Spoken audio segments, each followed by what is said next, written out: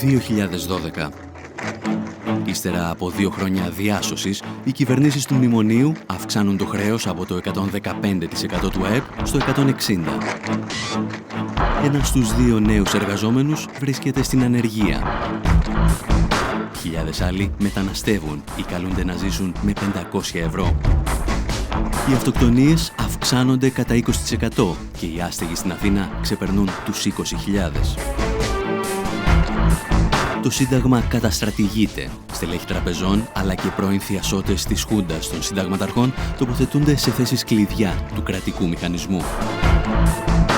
Όλα είναι πλέον έτοιμα για την τελευταία πράξη της τραγωδίας. Την ολοκληρωτική εκποίηση της Ελλάδας.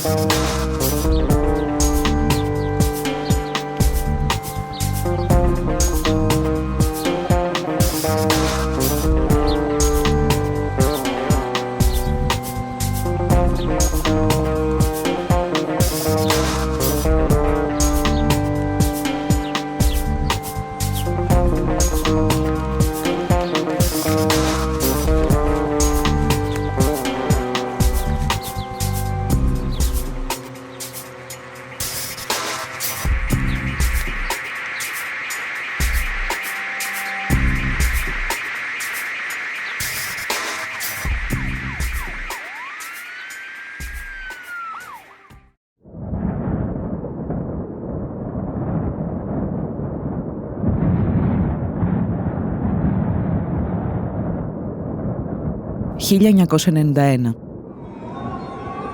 Ο σύντομος 20ος αιώνας φτάνει στο τέλος του. Η Δύση οραματίζεται το τέλος της ιστορίας και επιχειρεί να το εφαρμόσει στη Ρωσία.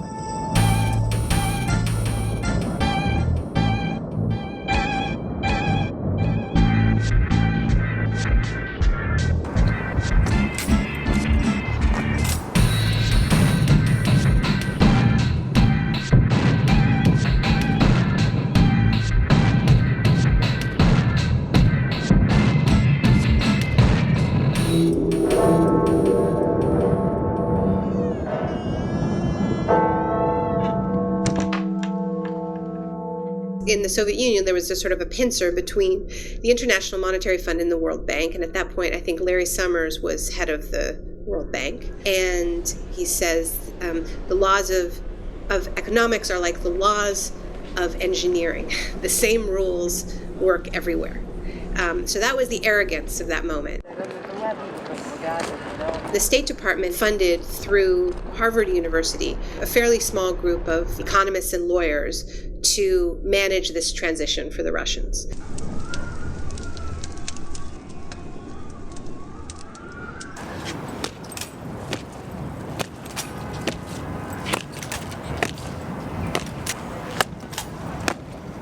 Η μετάβαση περιλαμβάνει το μεγαλύτερο πείραμα ιδιωτικοποιήσεων στην ιστορία της ανθρωπότητας.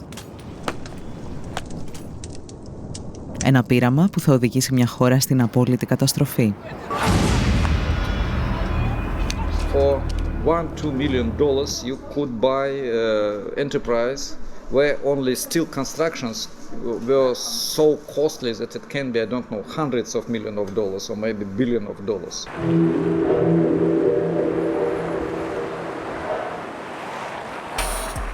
Like huge factories in Ural, in Siberia, in central Russia, former military industrial enterprises, chemical enterprises, steel enterprises, and so on.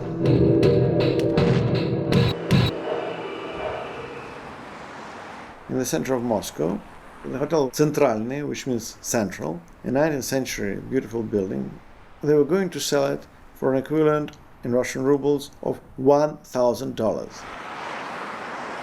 So we came there, in the foyer, in the lobby, there was a huge chandelier of the 19th century. And we asked the specialist how much would he pay for it if it is offered. He looked and said, well, $1,200. Just now, I can pay it now. It was utterly catastrophic in Russia. It was utterly catastrophic. Millions of people were thrown into extreme poverty. People were hungry and were surviving on their gardens. Life expectancy for Russians dropped by a decade in this period. Explosion of AIDS, of child prostitution. I mean, it was a decimation of a nation.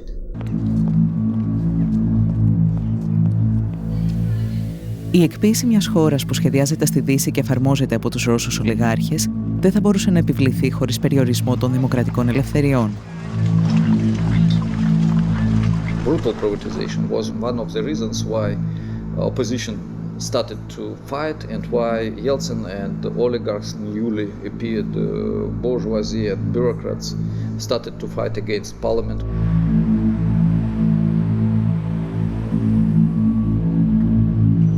Οι κανόνες του παιχνιδιού πρέπει να αλλάξουν.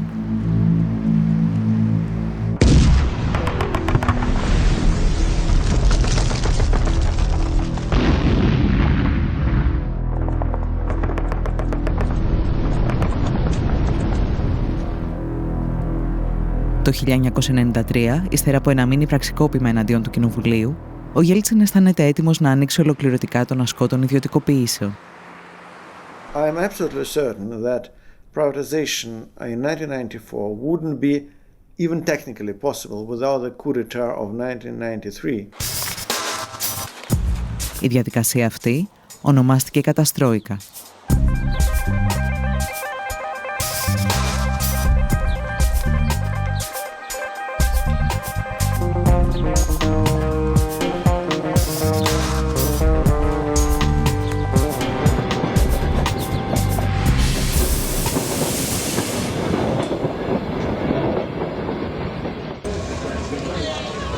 Η καταστρόικα στη Ρωσία παρουσιάζεται συχνά σαν εξαίρεση στην ιστορία των μαζικών ιδιωτικοποιήσεων. Στην πραγματικότητα ήταν απλώς ένα ακραίο παράδειγμα του πώς η εκποίηση μιας χώρας είναι ασυμβίβαστη με την πολιτική ή την οικονομική δημοκρατία.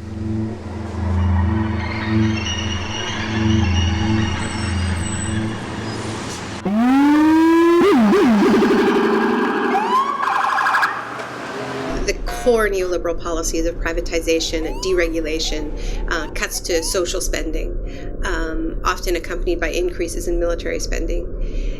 These policies were first imposed under dictatorship. The first laboratories of neoliberalism had nothing whatsoever to do with democracy. Η πρακτική της εκποίησης έρχεται μαζί με τους ανέμους του νεοφιλελευθερισμού που πνέουν για πρώτη φορά στο Πανεπιστήμιο του Σικάγου. Καθηγητές όπως ο Φρίντριχ Φον Χάγεκ και ο Μίλτον Φρίντμαν αναζητούν ένα πειραματικό εργαστήριο για να δοκιμάσουν τη λεγόμενη ελεύθερη αγορά και το ελάχιστο κράτος. Καθώς όμως καμία δημοκρατικά εκλεγμένη κυβέρνηση δεν δέχεται να εφαρμόσει τις ιδέες τους στο έδαφος της, στρέφονται στη Χιλή του δικτάτορα Πινοσέτ και λίγο αργότερα στην Τουρκία του στρατηγού Ευρέν. There's actually a really interesting exchange between Friedrich von Hayek and Margaret Thatcher that I quote in The Shock Doctrine, where Friedrich von Hayek said, I have just come back from Chile, it's wonderful what Pinochet has done, and he's describing this fantastic experiment in neoliberalism, and says, I think you should do this too. And Hayek was a mentor of Margaret Thatcher's. And she wrote him back quite a stern reply, and she said, these types of policies are incompatible with a constitutional democracy. Η Μάργαρετ Θάτσερ θα βρει τελικά έναν τρόπο για να φέρει τη νεοφιλελεύθερη συνταγή των ιδιωτικοποιήσεων στη Δυτική Ευρώπη. Για να το πετύχει όμως θα χρειαστεί 2 πολέμους και την περιστολή των δημοκρατικών ελευθεριών.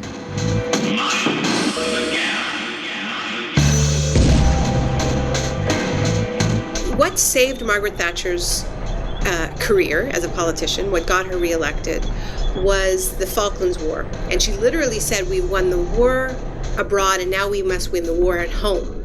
And the war at home was a war against trade unions, and she was explicitly referring to the coal miners, and in an extraordinarily violent way.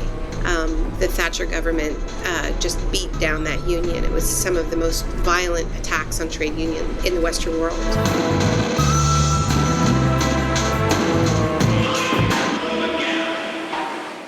Κλασική περίπτωση η θατσερική Μεγάλη Βρετανία, όπου η διάλυση του εργατικού δικαίου και των δικαιωμάτων των εργαζομένων συνέπεσε με μια ιδιαίτερη αύξηση των μέτρων και των νομοθετικών μέτρων καταστολής.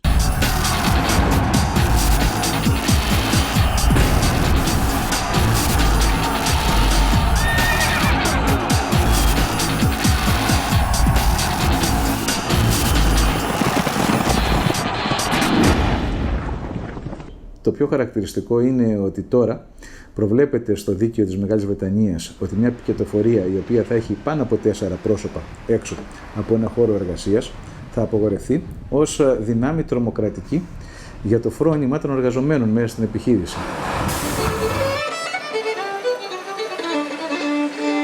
Ο νεοφιλελευθερισμός, ο οποίος υπόσχεται λιγότερο κράτος, απαιτεί έναν πανίσχυρο κρατικό μηχανισμό για να επιβληθεί.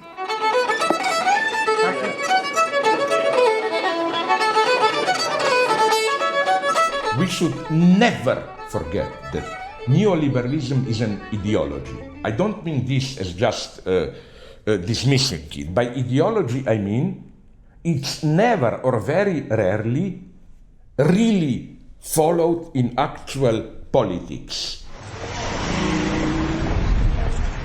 Take Reagan, the first neoliberal in power. Are you aware that, as we all know, the state machinery as such exploded under Reagan? It is clear that neoliberalism can function only through an extremely strong regulative role of the state. So the question should not be these pseudo problems, what amount of state regulation, more capital, but who will do this regulation? A private enterprise system does not mean a free enterprise system. It just means someone's controlling it that you haven't elected. So the idea is with Vulture's Picnic. Οι αιμοσταγείς δικτάτορες όμως, όπως και η θατσερική πολιτική του σοκ, έχουν ημερομηνία λήξης. Πρέπει λοιπόν να βρεθεί ένα νέο μέσο για την επιβολή των μαζικών ιδιωτικοποιήσεων. So it started off without democracy. It started off with dictatorship imposed with brute force, with torture and fear.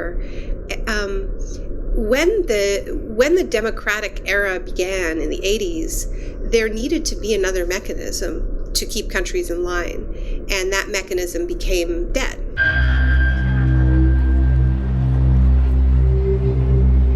Φορείς όπως το Διεθνές Νομισματικό Ταμείο και ο Παγκόσμιος Οργανισμός Εμπορίου πρωτοστάτησαν στην εκποίηση ολόκληρων χωρών.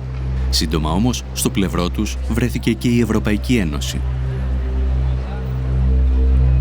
The emergency packages with the IMF have enabled the EU for the first time to actually advocate privatizations.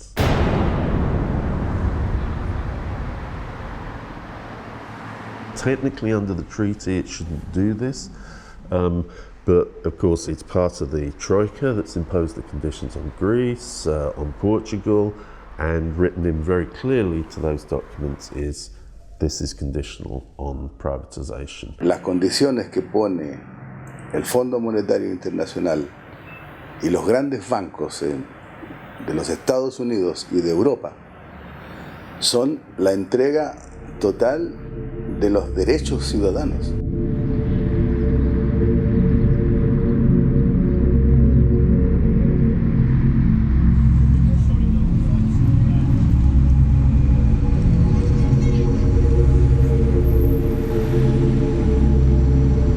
No one privatizes or deregulates unless there's a hammer over their head, like in Greece now, in Spain, in Italy, when basically there's tremendous pressure on the government because there's a desperate financial situation.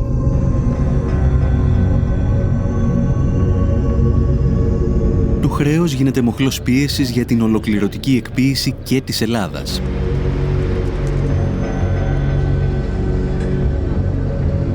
Και σε Σε αυτή την περίπτωση όμως υπάρχει ένα μικρό εμπόδιο που πρέπει να ξεπεραστεί.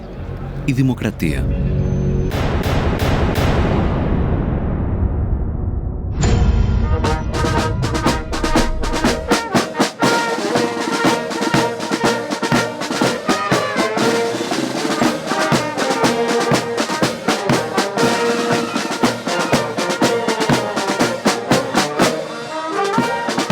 This has been one of those moments when really the mask completely comes off, and the fact that this market system is at war with democracy. The project has been about saying to people, you know, you can vote, but it's going to be a popularity contest.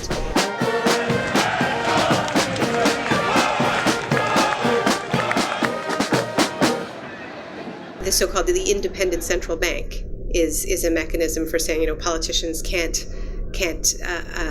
touch our toys.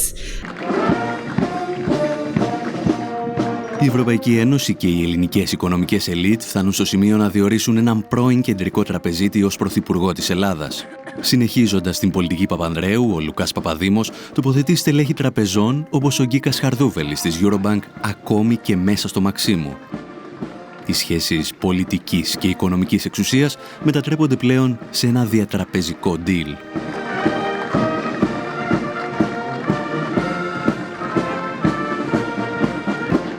Direct cancelling of democracy. The idea is you play with democracy, but when things get serious, experts should take over. We don't have time to play these games, and so on and so on. Greece is portrayed as sort of a nation of children that needs to, you know, have all of these the keys to the car taken away. Y es terriblemente grave lo que ocurre en Grecia, ¿no? Aquí nació la democracia. Y el sistema financiero internacional pretende que aquí muera la democracia.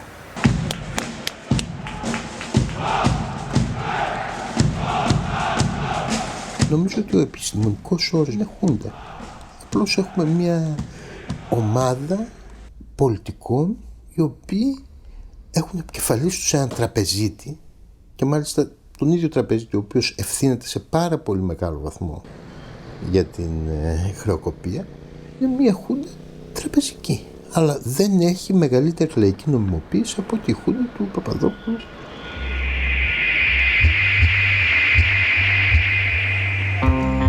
Η κυβέρνηση Παπαδήμου είναι απλώς ένα στάδιο για τον οικονομικό έλεγχο της Ελλάδας. Η Ευρωπαϊκή Ένωση θα στείλει πολλούς ακόμη τοποτηρητές. The Floridians have given up their sovereignty to a large extent to Washington, D.C., but in return, they get to decide what Washington, D.C. is going to do because they send their representatives and their senators to Washington, D.C. So I think that's one would need to make a commitment to that kind of a path, not to one where, you know, a German proconsul, you know, comes to Athens and runs, you know, Greek fiscal policy. That's obviously raises the question of democratic legitimacy to the extreme. Ο Γερμανός έπαρχος ακούει στο όνομα Horst Reichenbach και έρχεται στην Ελλάδα ως επικεφαλής μιας στρατιάς τεχνοκρατών. Δίπλα του, εκατοντάδες γκρίζα κουστούμια της Ευρωπαϊκής Ένωσης και του Διεθνούς Νομισματικού Ταμείου τοποθετούνται στα σημαντικότερα υπουργεία της χώρας. The task force is then, so to speak, the vehicle in order to bring the member states, the IMF, the OECD and others into the picture. Περνάμε τώρα σε μια νέα περίοδο νεαπικιοκρατική, σε μια νέα περίοδο στην οποία τα διεθνή οικονομικά και πολιτικά κέντρα επιβάλλουν λογικές, όχι πια μόνο τώρα στην Αφρική και στη Λατινική Αμερική, αλλά ακόμα και στην Ευρώπη, και ότι αυτό γίνεται ένα εγγενές κομμάτι της οργάνωσης του ύστερου καπιταλισμού. Welcome. Hello again.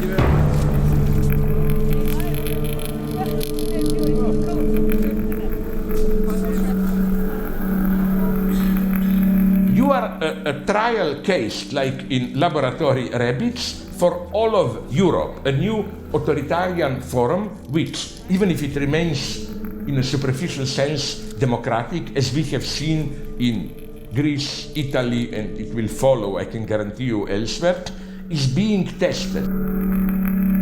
Ο έλεγχος της χώρας από ξένα και ελληνικά οικονομικά συμφέροντα επιτυγχάνεται κυρίως μέσα από 2 δανειακές συμβάσεις. Στόχος να επιβληθούν οι όροι των δανειστών και να μετατραπεί η δουλειά σε δουλεία. Οι εργασιακές σχέσεις επιστρέφουν στο 19ο αιώνα. Για να περάσουν όμως αυτές οι ρυθμίσεις απαιτείται ένα ακόμη πραξικόπημα. Αυτή τη φορά κοινοβουλευτικό. Η πρώτη δανειακή σύμβαση δεν ήρθε ποτέ για κύρωση στη Βουλή. Κατατέθηκε και ποτέ δεν κυρώθηκε. Πράγμα που είναι ευθέως αντισυνταγματικό. Η δεύτερη ήρθε 3 φορές στη Βουλή ως σχέδιο. Προφανώς γιατί οι δανειστές μας ζητούσαν μικρές αλλαγές και ήθελαν να έχουν την προέγκριση βάσει του σχεδίου αυτού. Επομένως, φαίνεται καθαρά σε αυτή την περίπτωση η πρόθεση των πολιτικών ηγετών μας να μην εφαρμόζουν το Σύνταγμα, αλλά τις πολιτικές εντολές που παίρνουν απ' έξω. Όσοι τολμούν όμως να μιλήσουν για κοινοβουλευτικό πραξικόπημα, όπως και όσοι αμφισβητούν την πολιτική της κυβέρνησης και της Τρόικας, βαφτίζονται λαϊκιστές. Πραξικόπημα. Το έχουμε ξαναζήσει στην Αργεντινή. Θράσος! Ήβρι! Το να μιλάτε για πραξικόπημα επειδή η κυβέρνηση ευρυτά της πλειοψηφίας εισηγείται το χαρακτηρισμό ενός νομοσχεδίου ως κατεπήγοντος κατ' εφαρμογή του συντάγματος. Θα ζητήσετε συγγνώμη για αυτή την ύβριτη θεσμική. Είστε ο εκπρόσωπος της Ελλάδας της δραχμής, της Ελλάδας της φτώχειας, της Ελλάδας της ταπείνωσης. Εσείς προσωπικά και άλλοι όμοιοι με εσάς. Η ιδεολογική τρομοκρατία κλιμακώνεται. Τα κυρίαρχα μέσα ενημέρωσης εκβιάζουν τους πολίτες ότι αν δεν δεχθούν τις δανειακές συμβάσεις, τα ράφια των σούπερ μάρκετ θα αδειάσουν και η χώρα θα επιστρέψει στην εποχή των σπηλαίων. Θα έρθει το χάος. Η Ελλάδα θα κατρακυλήσει στον τρίτο κόσμο. Δελτίο στα τρόφιμα, δελτίο στο πετρέλαιο. Μιλάμε για μια μεταπολεμική Ελλάδα. Έχοντας καταλύσει τη δημοκρατία, οι κυβερνήσεις ετοιμάζονται για την εκποίηση της δημόσιας περιουσίας και ξεκινούν με μια δοκιμασμένη συνταγή. Μετατρέπουν τους δημόσιους υπαλλήλους και το δημόσιο τομέα σε αποδιοπομπαίο τράγο της κρίσης.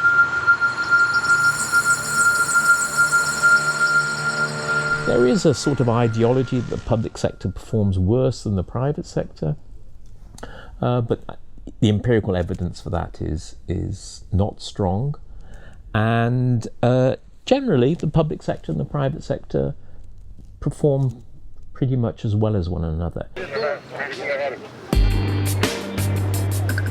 Η ελληνική κυβέρνηση ψεύδεται λέγοντας αρχικά ότι δεν γνωρίζει τον αριθμό των δημόσιων υπαλλήλων και στη συνέχεια ότι αυτοί ξεπερνούν το 1 εκατομμύριο.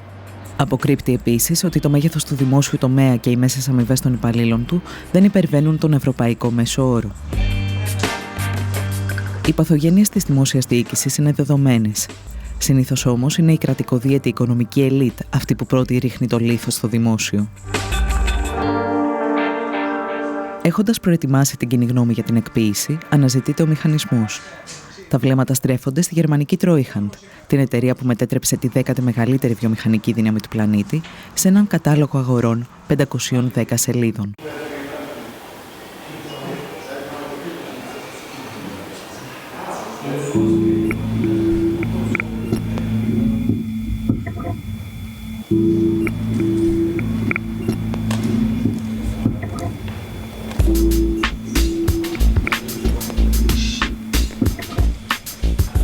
Eurosal, η αίθουσα του ευρώ. Σε ένα δωμάτιο 280 τετραγωνικών μέτρων χτυπάει η καρδιά του Γερμανικού Υπουργείου Οικονομικών. Για ορισμένους, η καρδιά ολόκληρης της Ευρωζώνης.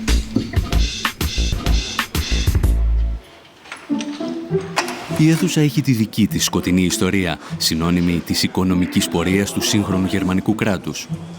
Οι επιτελείς της Luftwaffe χάρασαν σε αυτό το δωμάτιο τη στρατηγική τους για τους βομβαρδισμούς ευρωπαϊκών πόλεων.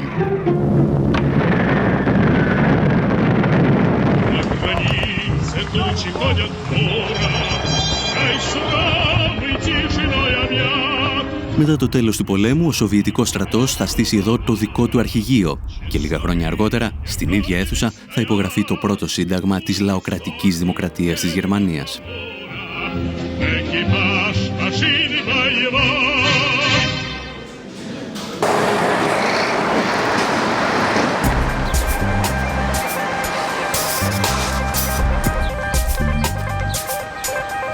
Το αρχιτεκτονικό μεγαθύριο που κατασκεύασε ο Γκέρινγκ ως το μεγαλύτερο κτηριακό συγκρότημα στην Ευρώπη στεγάζει τώρα τη μεγαλύτερη βιομηχανική επιχείρηση εκείνης της εποχής.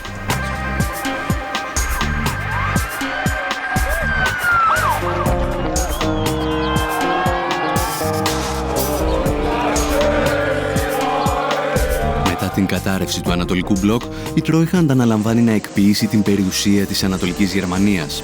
Ένα καταστροφικό πείραμα που αφήνει πίσω του εκατομμύρια ανέργους και ισοπεδώνει τη βιομηχανική βάση της περιοχής.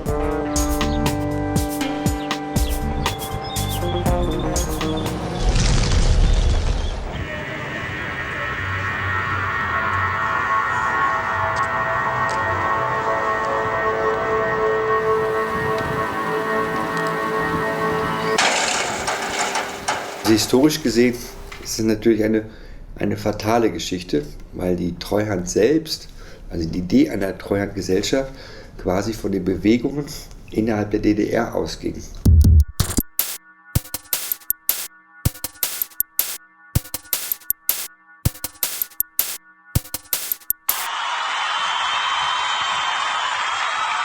Όταν οι κάτοικοι της Ανατολικής Γερμανίας συνειδητοποιούν ότι η ενοποίηση στην πραγματικότητα ήταν μια επιθετική εξαγορά από τη Δυτική Γερμανία, η Τρόιχαντ αποτελούσε ήδη κράτος εν κράτη στο Βερολίνο. Για να λειτουργήσει το γραφειοκρατικό τερατούργημα, χρησιμοποιείται εξοπλισμός και δίκτυα επικοινωνίας των ενόπλων δυνάμεων της πρώην Ανατολικής Γερμανίας. Η Τρόιχαντ μετατρέπεται σε έναν οικονομικό στρατό κατοχής. Anscheinend während noch die DDR völkerrechtlich bestand, war aber schon maßgeblich beeinflusst natürlich von westdeutschen Politikern, von westdeutschen Managern und letztendlich auch von westdeutschen Finanzhaltern. Der Treuhand war also ein beliebter Spruch, sehr wichtig, der hieß Tina. Tina heißt There is no alternative und das Porträt von Maggie Thatcher war auf vielen Schreibtischen. Η Τρόιχαντ έχει στην ιδιοκτησία της 8.000 επιχειρήσεις, 40.000 εργοστάσια και 4 εκατομμύρια στρέμματα καλλιεργήσιμων και δασικών εκτάσεων. Κυρίως όμως έχει στα χέρια της τις τύχες 4,5 εκατομμυρίων εργαζομένων. Και τότε ξεκινά το μεγάλο πιάτσικο.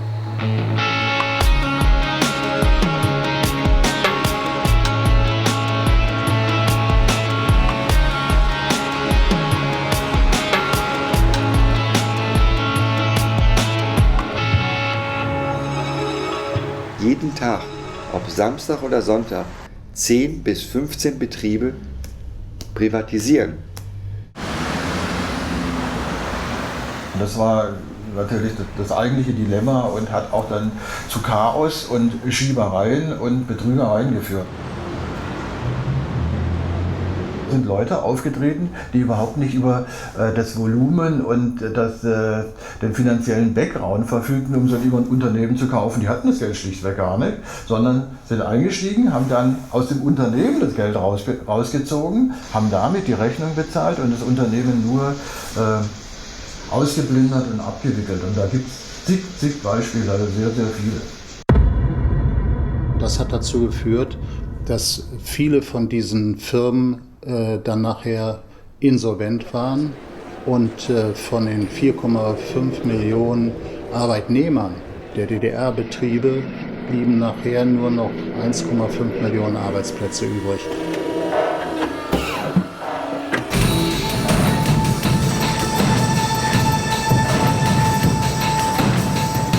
Τα κριτήρια για τις ιδιωτικοποιήσεις δεν ήταν πάντα οικονομικά. Πολλές αποφάσεις λαμβάνονταν σε πολιτικά γραφεία.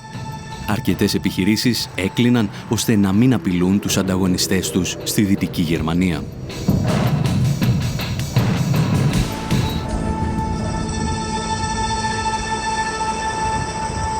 Treuhandbetriebe waren ja nicht wertlos.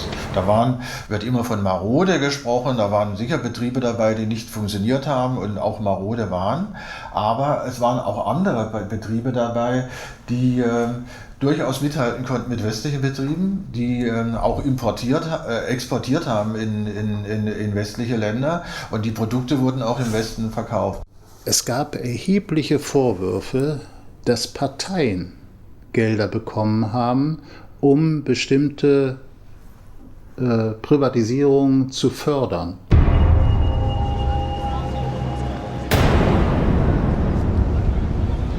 Bischofferode war ein Kaliwerk und das Kaliwerk ist eben halt ein Teil der Schlüsselindustrie für Industrieprozesse und es gab sowohl im Westen Kaliwerke wie im Osten. Und natürlich hatte der Einfluss der BASF, also als konkretes Beispiel, war so groß, dass sie eben als Monopolstellung keine andere Konkurrenz dulden musste. Obwohl es Investoren für die Ostbetriebe gab, mussten sie trotzdem liquidiert werden.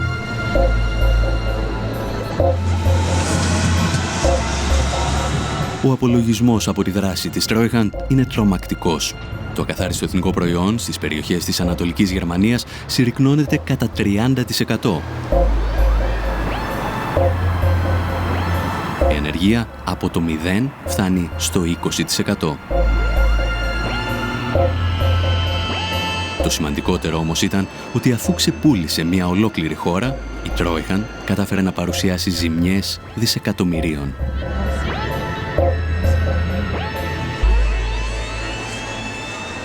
Die Treuhandanstalt etwa 300 Milliarden an Schulden gemacht hat und 60 Milliarden eingenommen hat, während man erwartet hat, dass man 600 Milliarden immer D-Mark einnimmt.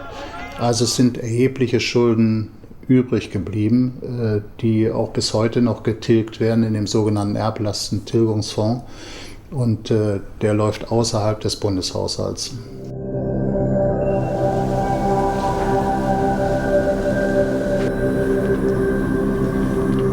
Das kann mit Sicherheit nicht ein Vorbild sein. Ich meine, weil tausende Betriebe, die liquidiert wurden und 250 Milliarden Mark Minus, das kann ja nicht das Vorbild sein, jetzt um einem anderen Land als Vorbild zu dienen. Das kann es eigentlich nicht sein.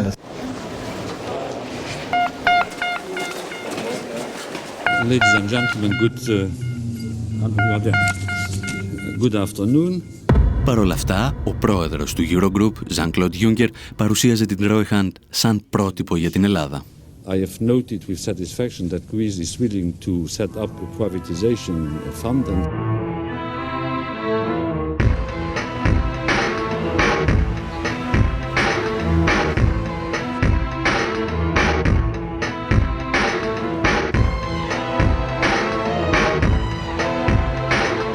Ένα μήνα αργότερα ιδρύεται το Ταμείο Αξιοποίησης Ιδιωτικής Περιουσίας του Δημοσίου. Η ελληνική Τρόιχαντ στείνει τα γραφεία της πίσω από το κτίριο της Παλιάς Βουλής και τα τρία κόμματα του Μνημονίου, Πασόκ, Νέα Δημοκρατία και Λάος, μοιράζονται τη διοίκηση του οργανισμού. Εδώ είναι ο ομότιμος καθηγητής του Αριστοτελείου Πανεπιστημίου, ο κύριος Κουκιάδης. Τώρα, ο κύριος Κωνσταντίνος Μητρόπουλος είναι ο διευθύνων σύμβουλος και το πιο κεντρικό πρόσωπο. Έχει μια εταιρεία, την Cantor, δούλευε και στον Όμιλο Λάτσι πρόσφατα. Λίγους μήνες αργότερα, ο δημοσιογράφος που παρουσίαζε τη σύνθεση του Ταμείου γίνεται υπεύθυνος επικοινωνίας του.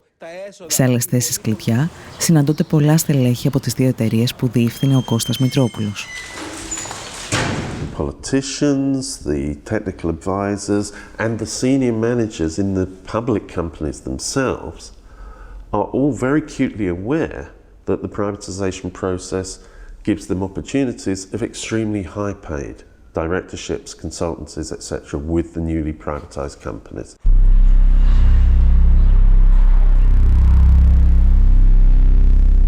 Τη θέση του τοποτηρητή στο Ταμείο καταλαμβάνουν ο Ερβέ Λερουά από την Πρεσβεία της Γαλλίας και ο Μάρτεν Βέρβεϊ από το Υπουργείο Οικονομικών της Ολλανδίας. Η Τρόικα όμως ορίζει και 3 από τα 7 μέλη του Συμβουλίου Εμπειρογνωμόνων του οργανισμού.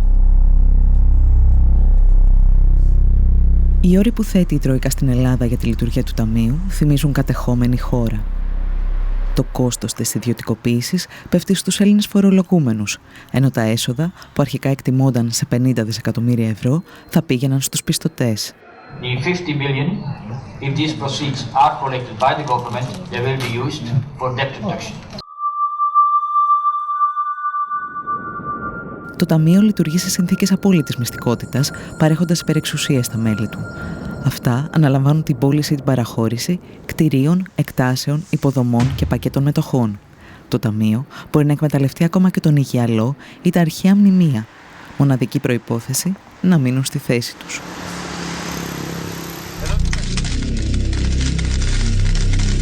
Ακόμη πάντως και πριν από τη δημιουργία του Ταμείου, αξιωματούχοι της κυβέρνησης είχαν αρχίσει να διαλαλούν την πραμάτια του ελληνικού δημοσίου, ταξιδεύοντας σαν περιοδεύων θίασος.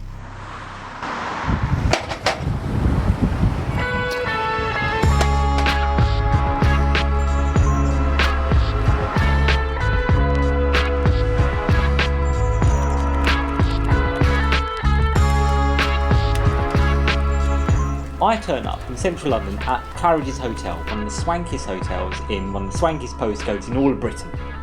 You walk all the way through to the back room, and it's a kind of ballroom, and it's got 5 chandeliers.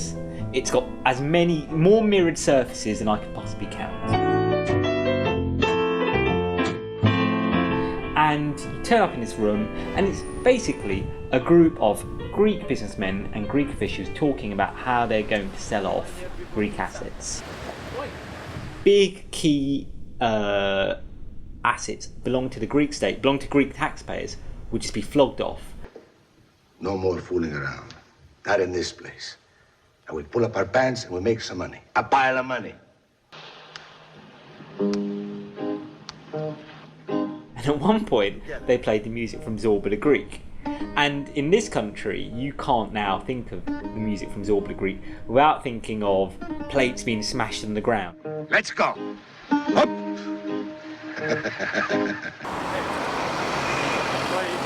The other thing that you kept hearing in the intervals were you'd hear this song by Monica, who's this Greek pop star, and the lyrics went something along the lines of "Tell me why you don't call me anymore, you don't come anymore." And I thought, again, here's this image which unknowingly they've summoned up of kind of Greece as this kind of pariah state where it's now the pariah within Europe. Η Ελλάδα της εποχής του Ζορμπά είναι η Ελλάδα της υποτέλειας σε ξένες πολυεθνικές που ελέγχουν τις υποδομές της χώρας. Μια υπερχρεωμένη χώρα με ένα διεφθαρμένο πολιτικό σύστημα.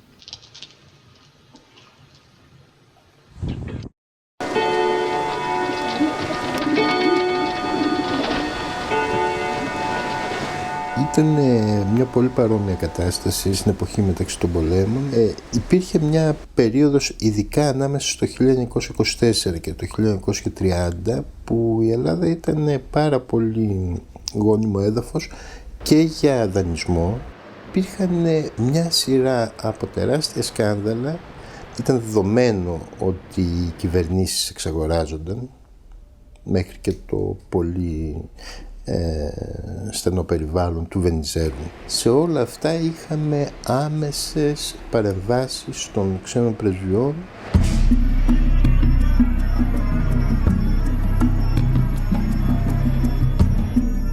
Η σύμβαση με την εταιρεία Power ήταν χαρακτηριστικό τέτοιο παράδειγμα, η σύμβαση με την Ούλεν ήταν χαρακτηριστικό τέτοιο παράδειγμα. Ήταν απικιακές αυτές οι συμβάσεις και αποδείχθηκαν πάρα πολύ επωφελείς για όσους επένδυσαν. Σχεδόν έναν αιώνα αργότερα, η Τρόικα, σε συνεργασία με τις ελληνικές κυβερνήσεις, απαιτεί την επιστροφή των υποδομών της χώρας σε χέρια ιδιωτών. Αυτό που δεν λένε στους πολίτες είναι ότι τα πειράματα της ιδιωτικοποίησης και της απορρίθμισης που προωθούν έχουν αποτύχει ακόμα και στις ισχυρότερες οικονομίες του πλανήτη.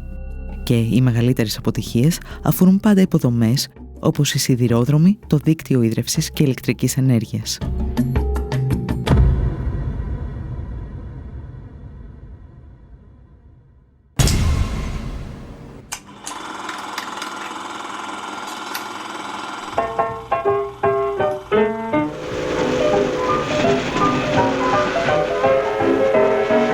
Λένε ότι μπορείς να διαβάσεις την ιστορία του παγκόσμιου οικονομικού συστήματος στις γραμμές ενός τρένου. Ο ατμός που οθεί τη βιομηχανική επανάσταση μετατρέπεται σε κερδοσκοπική φούσκα για την αμερικανική οικονομία, όταν δεκάδες ιδιωτικές εταιρείες απλώνουν χιλιόμετρα από μεταλλικές ράγες.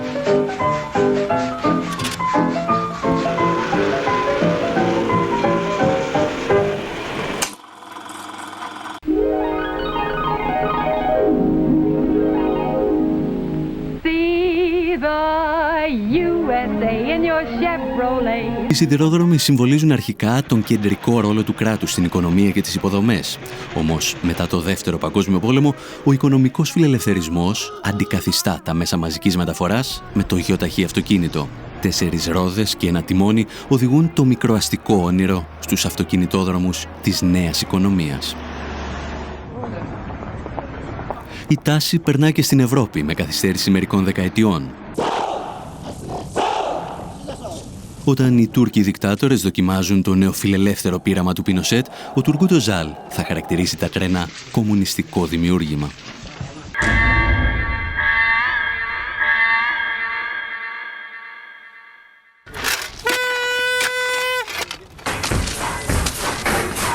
Παρ' όλα αυτά, οι σιδηρόδρομοι στην Ευρώπη παρέμειναν εν πολλοίς στον έλεγχο του δημόσιου τομέα. Μέχρι τη στιγμή που η γυραιά Αλβιώνα αποφάσισε να πραγματοποιήσει ένα καταστροφικό πείραμα. Σαν κινηματογραφική ταινία χωρίς happy end.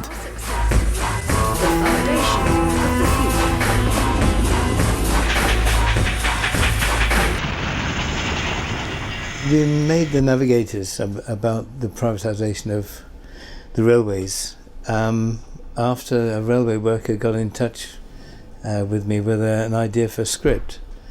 But in the course of making it, it became plain, well, we knew already, that the privatisation of the railways was a disaster. Oh, Jerry, British Rail's gone. Woodburn Depot is now Northern Infrastructure, and they're going to be competing.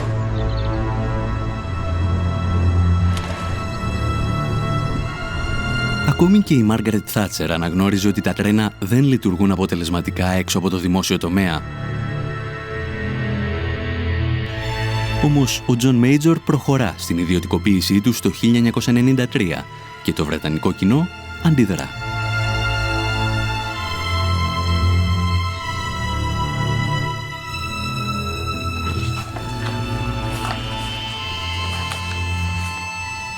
They thought they belonged to them, and they were a public service, not something to be run by companies who put on cheap logos and really seem to be just in it to make money. Τα τρένα, το δίκτυο των γραμμών και οι υπηρεσίες συντήρησης τελικά καταλήγουν σε διαφορετικούς ιδιώτες. Τόσους πολλούς που στη συντήρηση και μόνο δραστηριοποιούνται 2.000 εταιρείες.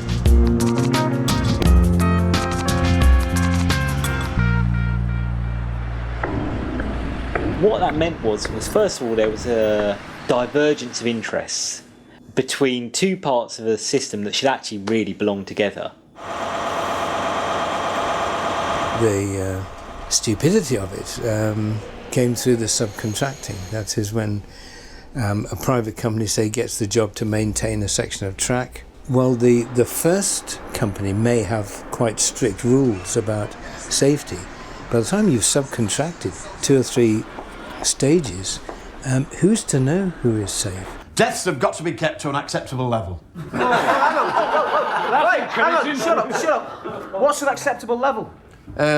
2 a year. Yeah, but nobody's been killed for the past 18 months. Any volunteers?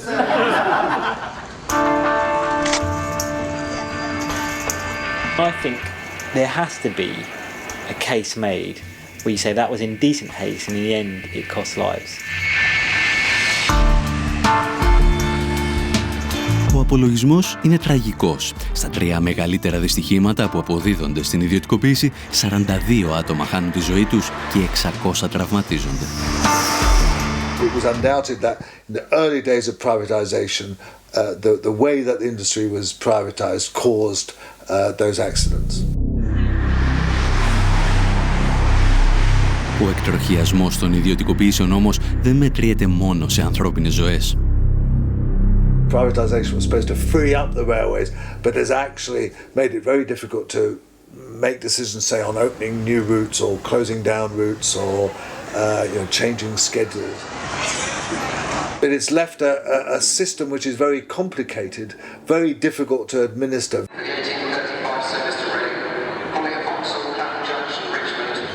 It was bad for the passengers. It was a chaotic organisation. It didn't work and hasn't worked. And it's lost a huge amount of money. Μέσα σε 3 χρόνια, το δημόσιο πληρώνει σε επιδοτήσεις στις ιδιωτικές εταιρείες ό,τι κέρδισε από το ξεπούλημα των τρένων. Και το κόστος για τους φορολογούμενους δεν σταματά εκεί.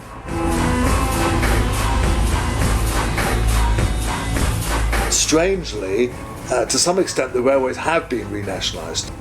Really, it's left us with a semi-government administered system that cost a lot more than it cost under nationalisation and hasn't really delivered the investment, as the investment has largely been paid for by the public sector.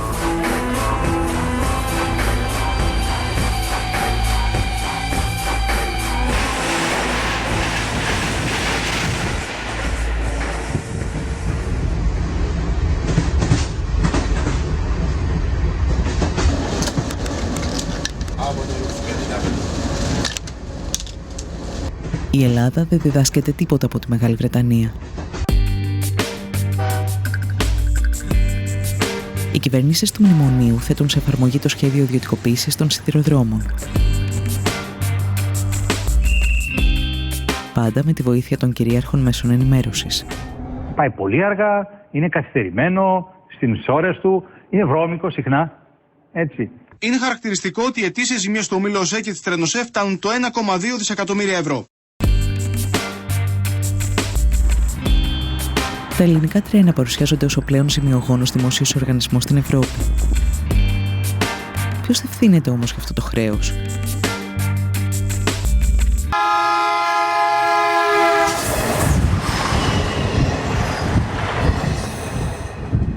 Η πολιτεία υποχρέωνε το σιδηρόδρομο να δανείζεται για τα έργα του.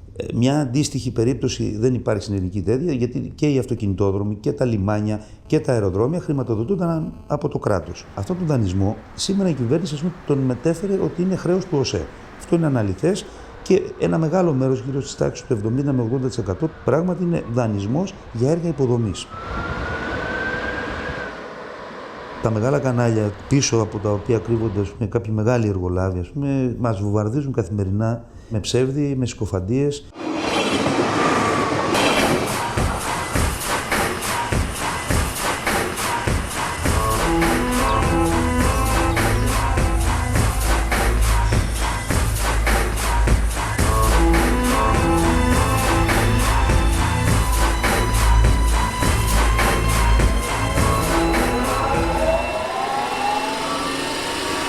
Η κριτική εστιάζεται στους μισθούς των εργαζόμενων και στο κόστος λειτουργίας.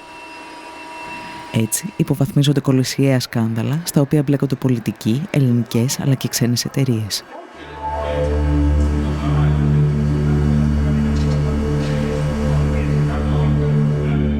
Δεκάδες εκατομμύρια ευρώ ξοδεύονται σε γραμμές που δεν λειτουργούν ποτέ. Σειρμοί νοικιάζονται σε τιμές με τις οποίες θα μπορούσαν να αγοραστούν. Το δημόσιο φτάνει να παραγγέλνει από τη Siemens ηλεκτράμαξες χωρίς να έχει ηλεκτρικό δίκτυο για να τις χρησιμοποιήσει. Παράλληλα, πληρώνει μεγαλοεργολάβους για έργα που δεν παραδίδονται ποτέ.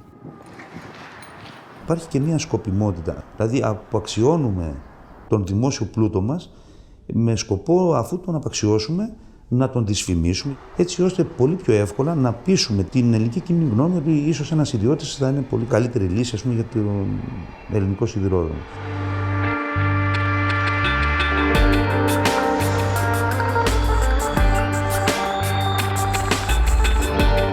Στο όνομα της εξυγίανσης, η κυβέρνηση απαξιώνει περαιτέρω το σιδηρόδρομο. Μειώνει δραστικά το προσωπικό, υποβαθμίζοντας την ποιότητα, αυξάνει πάνω από 60% τις τιμές των εισιτηρίων και κλείνει μεγάλο μέρος των γραμμών.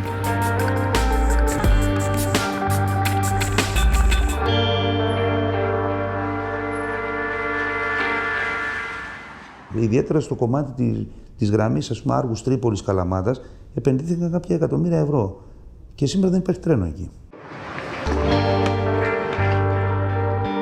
Μετρώντας μόνο κέρδη ή ζημιές, οι υποστηρικτές της ιδιωτικοποίησης ξεχνούν ότι ο σιδηρόδρομος είναι πάνω απ' όλα ένα αγαθό για την εξυπηρέτηση του πολίτη. Ένα αγαθό για το οποίο έχουν πληρώσει γενιές Ελλήνων φορολογούμενων. Κάποτε στην Ελλάδα, ας πούμε, κρατικοποιούσαν τα χρέη των ιδιωτών. Σήμερα στην Ελλάδα προσπαθούν να ιδιωτικοποιήσουν τα κέρδη που θα μπορούσε να έχει ο πολίτης μέσα από κρατικές υπηρεσίες. Τι επένδυσε ο ιδιώτης ώστε να πάρει αυτό το τομέα σε τιμή πολύ χαμηλή, ας πούμε, από την αξία του ίδιου του έργου.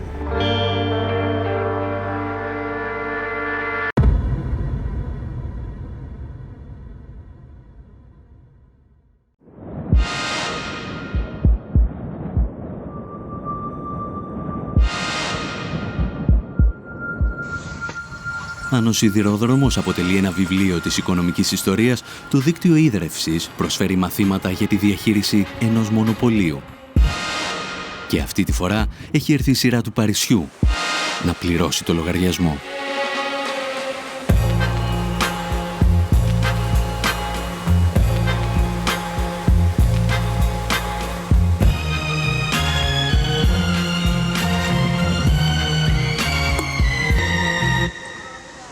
Water is the outstanding example of a monopoly. No water company in the world operates on a competitive basis. There's only ever one network. It's not worth ever investing in two competing networks.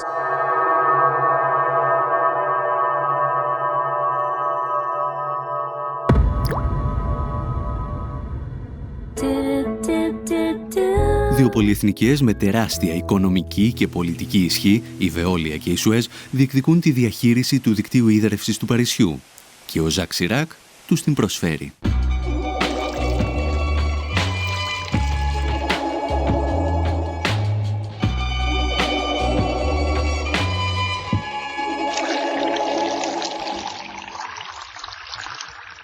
En 1985, il y a eu une décision politique prise par Jacques Chirac, qui était alors maire de Paris, de diviser Paris en deux, selon les deux rives, et en divisant Paris en deux selon les deux rives, de confier à chaque grand groupe privé et à sa filiale une rive de Paris pour la distribution de l'eau et la facturation.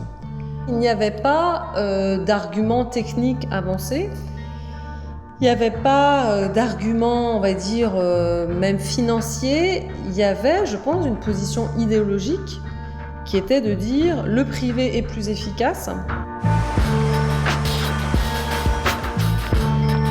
Ο λογαριασμός έρχεται φουσκωμένος στους πολίτες. Οι τιμές αυξάνονται συνεχώς επί 15 χρόνια.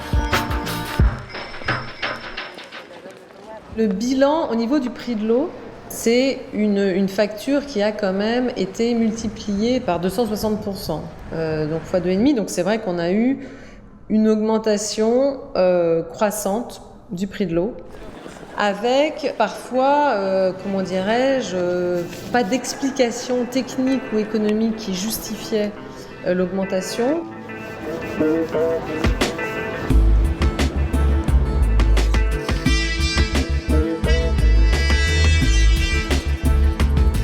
C'est avec le changement de municipalité et de majorité municipale en 2001, quand il y a eu une majorité plurielle de gauche, d'écologistes, de communistes qui est arrivée à la tête de Paris, qu'on a décidé de reprendre en main tout le service de l'eau.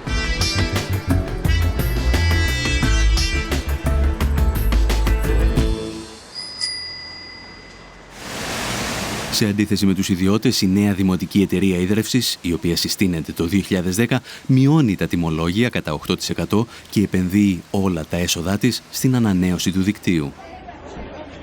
Il y a aussi, pour moi, une question très importante qui est une question de démocratie. C'est-à-dire qu'une gestion publique permet, si elle est bien faite, d'avoir une plus grande évaluation politique par la collectivité parisienne.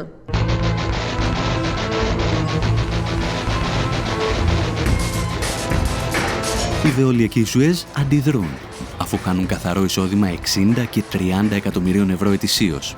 Ασκούν πιέσεις στην κυβέρνηση, στο Δήμο και στα συνδικάτα εναντία στην Άν Λεστράτ, η οποία κίνησε τη διαδικασία. De fait, ils considèrent que je suis un peu le diable incarné. Η μάχη του Παρισιού φέρνει στο φως το παρασκήνιο της διαπλοκής ανάμεσα στις πολυεθνικές του νερού και την πολιτική εξουσία. Jérôme Monod, qui était le dirigeant de la Lyonnaise des Eaux, était celui qui avait été l'un des dirigeants du parti de Jacques Chirac. Παρά τις διασυνδέσεις τους όμως, οι πολυεθνικές του νερού φαίνεται να χάνουν τη μάχη με τους πολίτες.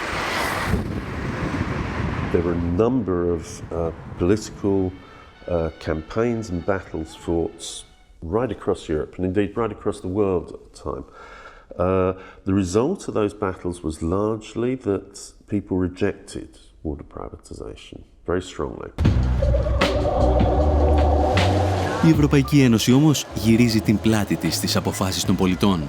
Γραμμή στις Βρυξέλλες χαράσουν οι πολυεθνικές και επόμενος στόχος τους είναι η Ιταλία.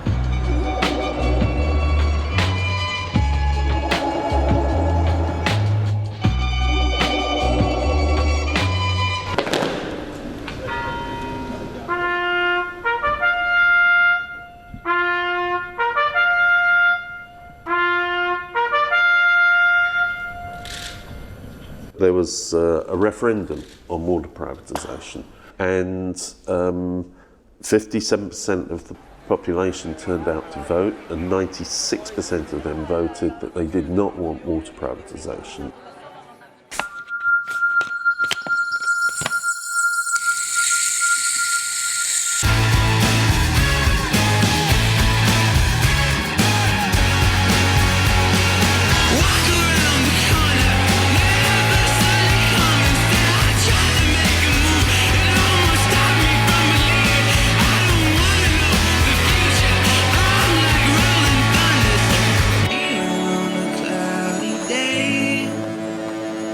Even Berlusconi said, I can't privatise the water. There's been a referendum that says we're not allowed to.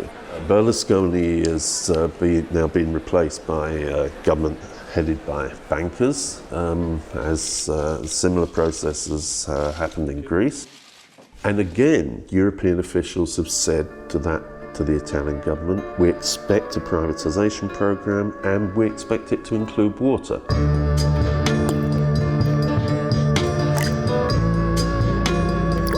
Με μυστική επιστολή τους προς τον νέο Ιταλό Πρωθυπουργό, ο Ζαν-Κλοντ Τρισέ και ο Μάριο Ντράγκι από την Ευρωπαϊκή Κεντρική Τράπεζα απαιτούν αυτό που απέρριψε ο Ιταλικός λαός.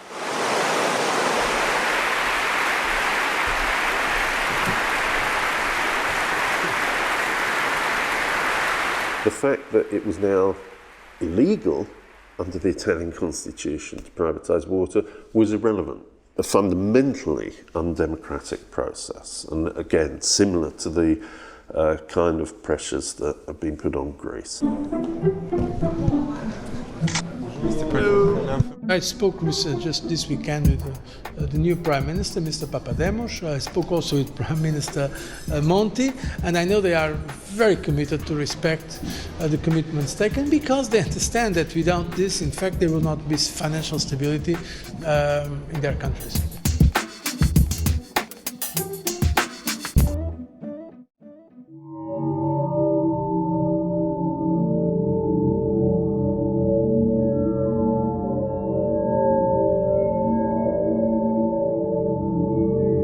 Γνωρίζουμε παγκοσμίως ότι εκεί που δρά βοηθητικά το Διεθνές Νομισματικό Ταμείο, τα νερά ιδιωτικοποιούνται.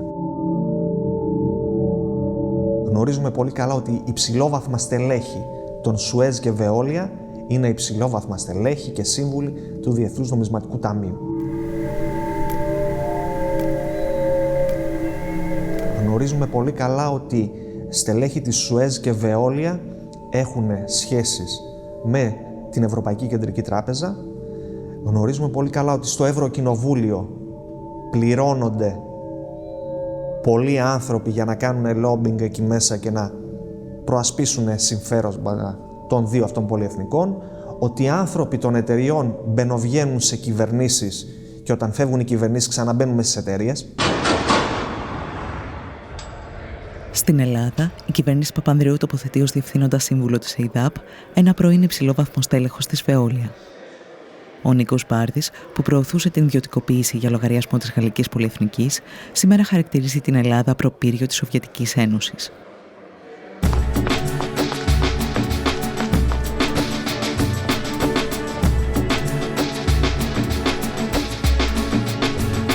Τα σχέδια ιδιωτικοποίησης όμως δεν ξεκινούν την εποχή του μνημονίου. Η εκποίηση του δικτύου ίδρευσης και αποχέτευσης στην Αθήνα και τη Θεσσαλονίκη αρχίζει επί κυβερνήσεως Σιμίτη με την εισαγωγή στο χρηματιστήριο. Μέσα σε μια δεκαετία τα τιμολόγια έχουν αυξηθεί πάνω από 200%. Οι υπηρεσίες αντίστοιχα όμως δεν έχουν βελτιωθεί κατά 200%. Οι υπηρεσίες έχουν χειροτερεύσει πάρα πολύ. Το 2008 η Νέα Δημοκρατία ξαναφέρνει στο προσκήνιο το θέμα της ιδιωτικοποίησης και 3 κοινοπραξίες λαμβάνουν θέσεις μάχης. Ήταν ο όμιλος της Σουέζ με μια κοινοπραξία με την Ελάκτορ. Ήταν ο όμιλος της Veolia, της δεύτερης μεγάλης πολυεθνικής, με τον όμιλο της Μαρφίν. Και μια ισπανική αυτή τη φορά, η Aqualia, μαζί με τη Γεκτέρνα. Στελέχη της Σουέζ τότε ερχόντουσαν στα κτίρια. Το τι συζητιόνταν πίσω από κλειστές πόρτες δεν το γνωρίζουμε.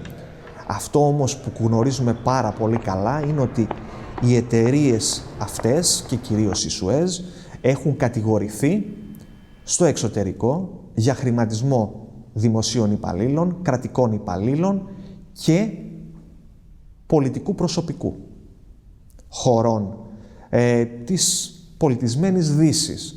Δεν μπορώ να φανταστώ ότι εάν συνέβη κάτι τέτοιο εκεί, αποκλείεται να έχει συμβεί και στη χώρα μας.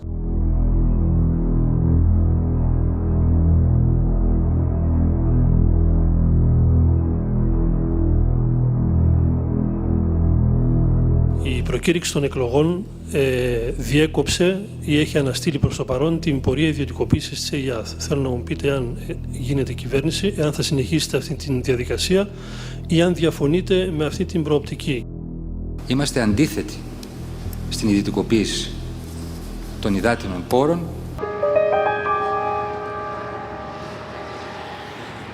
Πρόκειται για ένα ακόμα προεκλογικό ψέμα της σοσιαλιστικής παράταξης. Μετά τις εκλογές, η κυβέρνηση συνεχίζει τα σχέδια ιδιωτικοποίησης 2 κερδοφόρων επιχειρήσεων, της ΕΙΔΑΠ και της ΕΙΑΘ. Το κύριο επιχείρημα του κράτους, αλλά και των εταιριών που λιμένονται τον υδάτινο πλούτο του πλανήτη σε όλα τα μήκη και τα πλάτη, ότι δεν πρόκειται να αγοράσουμε τα ποτάμια σας, δεν πρόκειται να αγοράσουμε τις πηγές σας, δεν πρόκειται να πάρουμε τα δίκτυα και να φύγουμε. Αυτά είναι εδώ.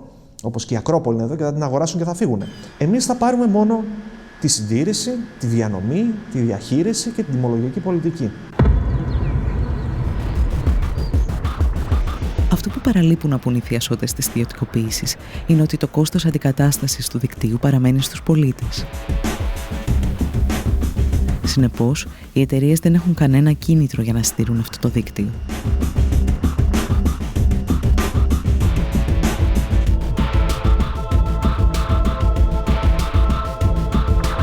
Ελλειπή συντήρηση, κέρδος για τον ιδιώτη, καταστροφή του υλικού, αντικατάσταση από τον Έλληνα πολίτη. Τα κέρδη στον ιδιώτη, η ζημία στον Έλληνα πολίτη φορολογούμενο.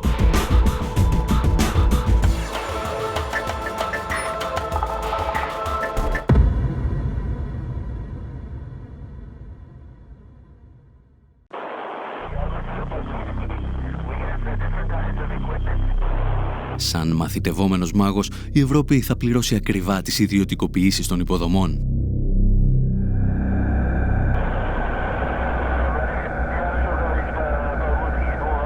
Οι δυνάμεις της αγοράς όμως θα δείξουν το αληθινό τους πρόσωπο ακόμη και στη γενέτειρα του νεοφιλελευθερισμού, τις Ηνωμένες Πολιτείες.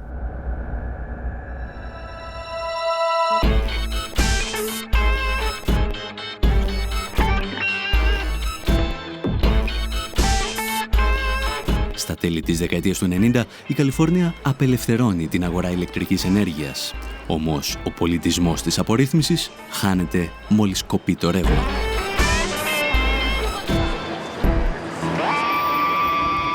The fantasy that you can have a market in electricity or gas, that's just not possible.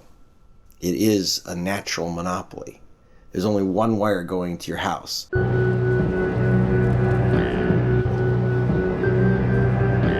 That's my word. It's a basic kind of introductory economic story that if you have something that tends towards a natural monopoly, then you don't have the competitive forces of the market to discipline producers. But you need some sort of regulatory structure, otherwise you're just inviting basically companies to rip you off. Historically, utility rates in the United States were very heavily regulated, very tightly controlled. In the 90s, they changed that. They started to change that.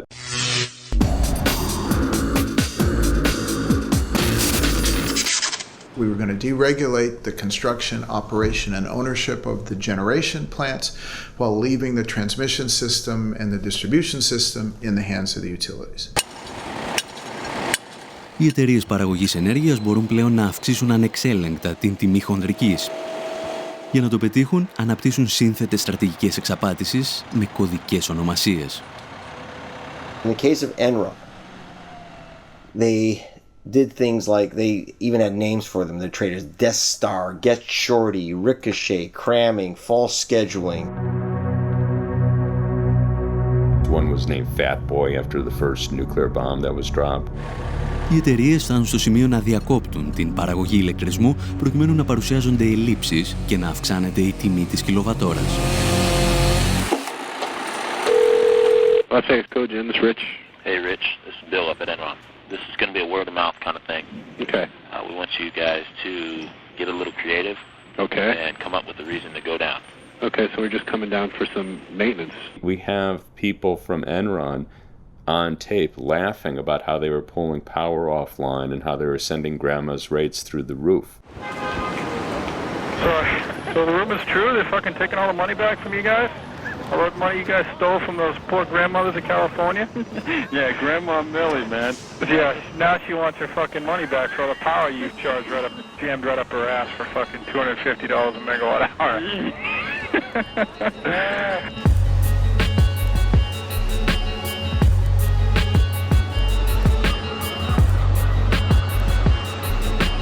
The other was basically to game the market. So basically they can get paid for electricity that they were never actually delivering. And what ended up happening was you had prices rising hundreds of percent, even thousands of percent during those peak periods.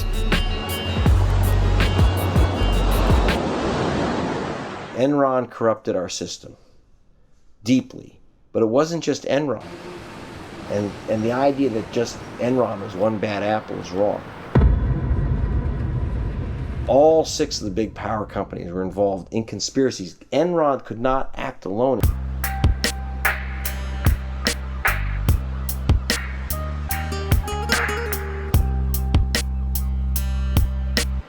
Στην Καλιφόρνια, οι πολίτες πληρώνουν το κόστος του πειράματος και με έναν διαφορετικό τρόπο. Οι δυνάμεις της αγοράς αφήνουν εκατομμύρια ανθρώπους κυριολεκτικά στο σκοτάδι. First blackouts were in June of 2000, so you had basically producers refusing to produce at the prices they were being given, and the utilities ended up having blackouts. Η απελευθέρωση της αγοράς ενέργειας στην Καλιφόρνια επιβλήθηκε υπό την ασφικτική πίεση μεγάλων επιχειρήσεων. Ακόμη και αυτές όμως βγήκαν ζημιωμένες από την απορρίθμιση.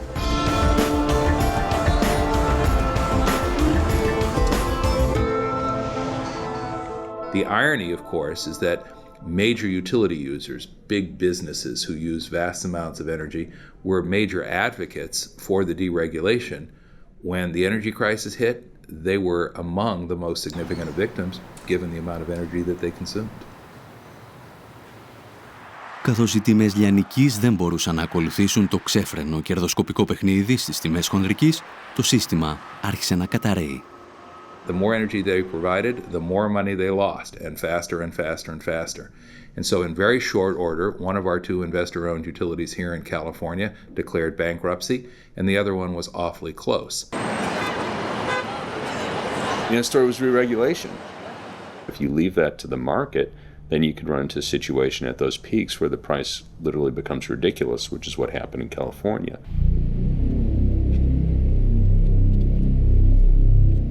Regulation is the application of democracy to the economy. It's how we as a public democratically control monopoly businesses so they don't control us. That's my word. Struggle in the past. That's my word.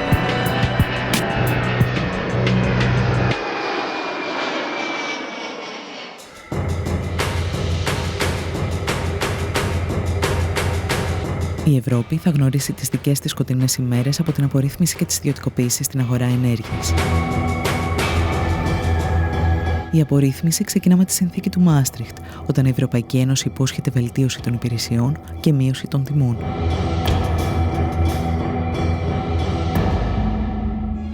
In the European Union, where the market has been opened up, any electricity producer or supplier can access transport and distribution networks to supply its customers, which encourages competition. Μέχρι το 2006, κανένας ιδιώτης δεν πήγε να επενδύσει στην ηλεκτροπαραγωγή. Αυτές είναι βασικές δημόσιες υποδομές, απαιτούν μεγάλα κεφάλαια και έχουν πολύ αργά απόσβεση αυτών των επενδύσεων. Δεν δίνουν δηλαδή το γρήγορο και εύκολο κέρδος που απαιτεί ο ιδιώτης. Σταδιακά λοιπόν από το 2000 μέχρι το 2006, για να γίνει η αγορά ελκυστική στους ιδιώτες και να επενδύσουν, άρχισαν να αυξάνονται συνεχώς τα τιμολόγια της λαϊκής κατανάλωσης. Οι φορολογούμενοι δεν πληρώνουν απλώς αυξημένα τιμολόγια. Χωρίς να το γνωρίζουν, πριμοδοτούν τους ιδιώτες που δραστηριοποιούνται στην παραγωγή.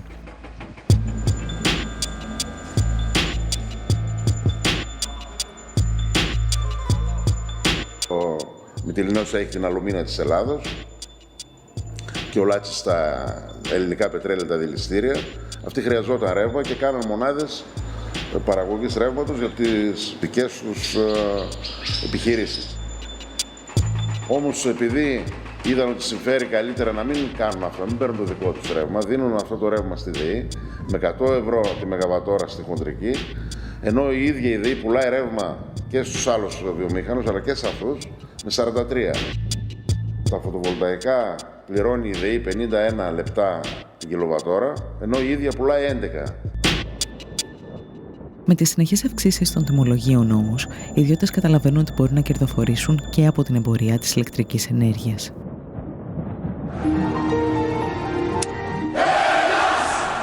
Η νούμερο 1 ιδιωτική εταιρεία ηλεκτρικής ενέργειας είναι εδώ. Ο Δόκτωρ Λάμπρος ο ρευματολόγος και η κυρία Φωτεινή άλλαξαν ρεύμα χωρίς καμία αλλαγή στο μετρητή τους.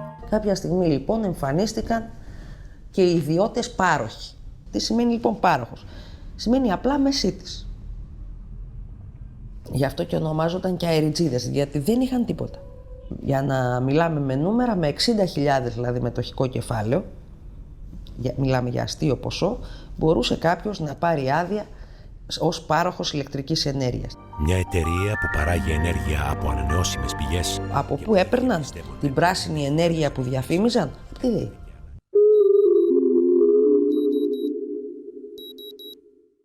Αρχικά, οι ιδιώτες έπρεπε να εγγυούνται ότι διαθέτουν το ρεύμα που υπόσχονται να πουλήσουν. Η Ευρωπαϊκή Ένωση όμως τους απάλλαξε και από αυτή την υποχρέωση.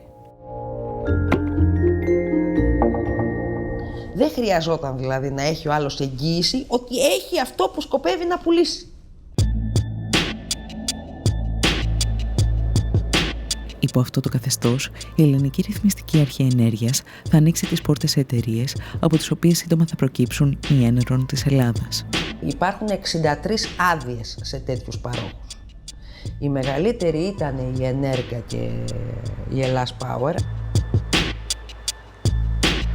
Οι δύο εταιρείες δεν αποδίδουν στο δημόσιο σειρά από δαπάνες που αυτό πραγματοποιεί για την παραγωγή και διανομή του ρεύματος. κάποια στιγμή έπαψαν να αποδίδουν οποιαδήποτε χρήματα, δηλαδή ακόμα και αυτά που απαιτούνταν για την ενέργεια που είχαν συμβολαιοποιήσει να αγοράσουν. Σέπραξαν και το γνωστό χαράτσι για το ρεύμα και βγήκαν όλα αυτά τα ωραία χρήματα στην Ελβετία.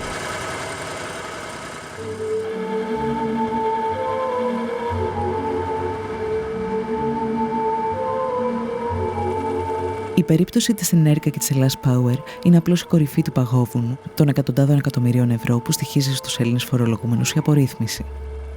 Στα 12 χρόνια της έναρξης της απελευθέρωσης της αγοράς ηλεκτρικής ενέργειας, ούτε η γραφειοκρατία μειώθηκε, ούτε οι υπηρεσίες έγιναν καλύτερες προς τους καταναλωτές, ούτε το μείγμα καυσίμου βελτιώθηκε, αντίθετα η εξάρτηση της χώρας βάθινε ενεργειακά και τα τιμολόγια έχουν αυξηθεί σε τάξη άνω του 80%.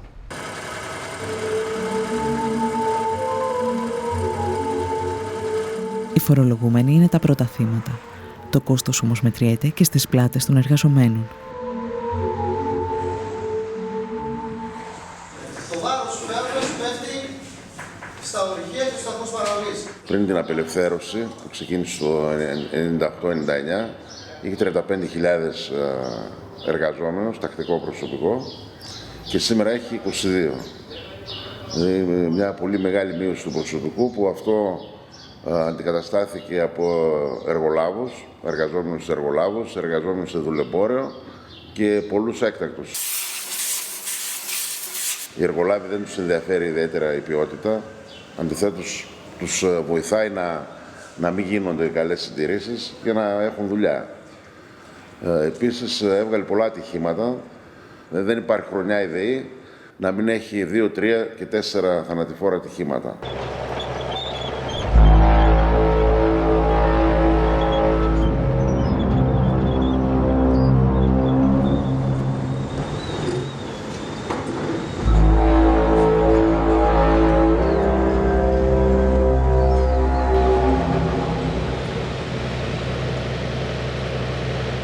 Αδιαφορώντας για το δημόσιο συμφέρον και τις επιπτώσεις στην κοινωνία, τα κόμματα του Μνημονίου προωθούν τώρα και την ολοκληρωτική εκποίηση της δημόσιας επιχείρησης ηλεκτρισμού. Η πραγματική της αξία, και εγώ θα πάρω την επίσημη εκδοχή, μιλάμε έτσι για 16-17 δις ευρώ.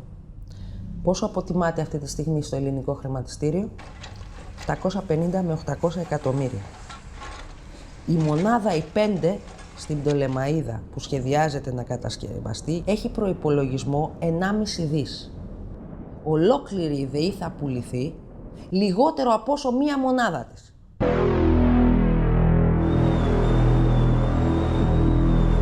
Ο ελληνικός λαός στην ουσία πλήρωσε χρόνια να κάνει δίκτυα μέχρι να πάει μέχρι το τελευταίο χωριό, τα οποία θα μπορούν να τα εκμεταλλεύονται πλέον οι ιδιώτες, κυρίως είναι οι ιδιώτες κρατικοδίαιτοι, και βγάζουν από αυτά παρά να προσφέρουν κάτι. Η ΔΕΗ δεν χτίστηκε από κανέναν ιδιώτη, χτίστηκε 60 ολόκληρα χρόνια από το ειστέρημα του ελληνικού λαού.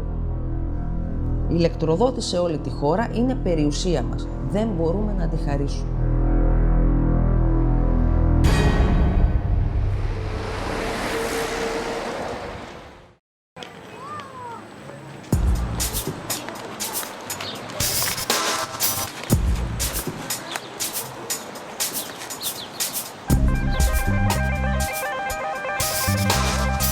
Δεκάδες παραδείγματα από όλο τον κόσμο αποδεικνύουν ότι οι ιδιωτικοποιήσεις πλήττουν τους πολίτες, τους εργαζόμενους αλλά και τις παρεχόμενες υπηρεσίες.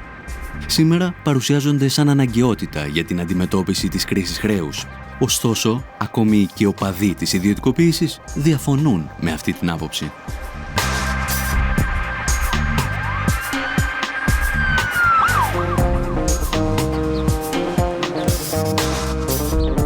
A lot of privatization isn't necessarily the best thing to do in the middle of an economic crisis, because privatization is certainly going to lead to people being laid off. And the worst thing that you can do during a crisis is give people more reason to lay off workers. You will get a bit of money in the short run because of that. So it'll be good for your balance sheet for maybe a year, but then after that you lose the income. In real economic terms, will be a drop in the ocean in the short term and an economic loss in the long term. Εν τέλει, η παγκόσμια κρίση χρέους, την οποία δημιούργησε ο ιδιωτικός τομέας, είναι το πρόσχημα για μια γενικευμένη επίθεση στη δημόσια περιουσία. Μια επίθεση που σε ορισμένες περιπτώσεις γίνεται συγκαλυμμένα.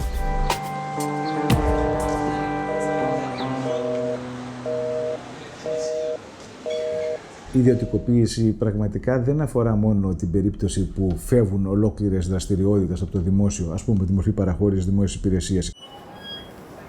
Μιας μορφής ιδιωτικοποίηση είναι επίσης όταν τα πανεπιστήμια θα αξιολογούνται όχι μόνο με βάση την εκπαίδευση την οποία δίνουν, κατά πόσο είναι υψηλό επίπεδο ή όχι, αλλά και κατά πόσο αυτές οι υπηρεσίες εκπαιδευτικές γίνονται αποδεκτές από την αγορά.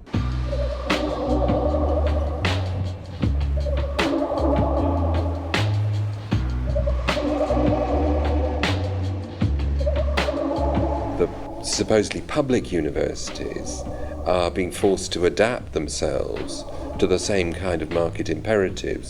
So what we will find is a process of assimilation in which the public universities become more and more like the private ones, profit-making enterprises that seek essentially to sell education.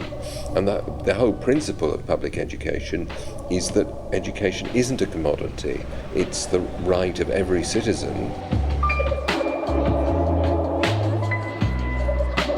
Η προσπάθεια ιδιωτικοποίησης συνεχίζεται ακόμη και σε αυτό που ο Μάρξ κάποτε αποκαλούσε γενική διάνοια, τη συσσωρευμένη κοινωνική και τεχνολογική γνώση που παράγει τον πλούτο μιας κοινωνίας. How Bill Gates became the richest man in the world. It was precisely through privatization of commons. In what sense? What Bill Gates offers is something that constitutes the very common space that we use in order to communicate, to exchange notes, not only knowledge, but generally news, whatever, like internet, whatever. In order to be in touch with each other, we have, as it were, to enter the Bill Gates domain.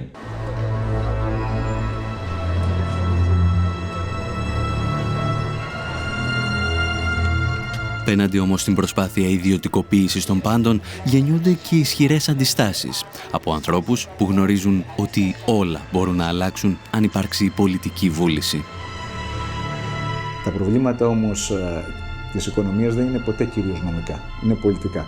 Όταν υπάρχει πολιτική απόφαση, όλες αυτές οι διαδικασίες μπορούν να αναστραφούν. In places like Argentina, Bolivia, Ecuador, retaking of the private systems, of privatized systems. In some cases, because they had to. There are remunicipalizations happening now in Europe. What's happened in Germany over the last 2 years has been quite widespread remunicipalization of electricity services. Η απάντηση στις ιδιωτικοποιήσεις όμως δεν μπορεί να είναι η επιστροφή στην κατάσταση που μας έφερε ως εδώ. Στόχος είναι πάντα η δημόσια περιουσία να ελέγχεται από αυτούς που τη δημιούργησαν, τους εργαζόμενους. I think we have to learn lessons from the past and the management structure needs to be more democratic. Authority needs to come from the bottom, not from the top. Πρέπει ο ελληνικός λαός να δώσει μάχη για αυτά, γιατί αν δεν το κάνει δεν πρόκειται να ξανασηκωθεί. I hope the Greek people will fight it and I hope other European trade unions will help them. To students and workers in Greek universities, I say that resist with all your might and main. No, you are not victims. Okay, you can. You are, but basically you are fighting, my God.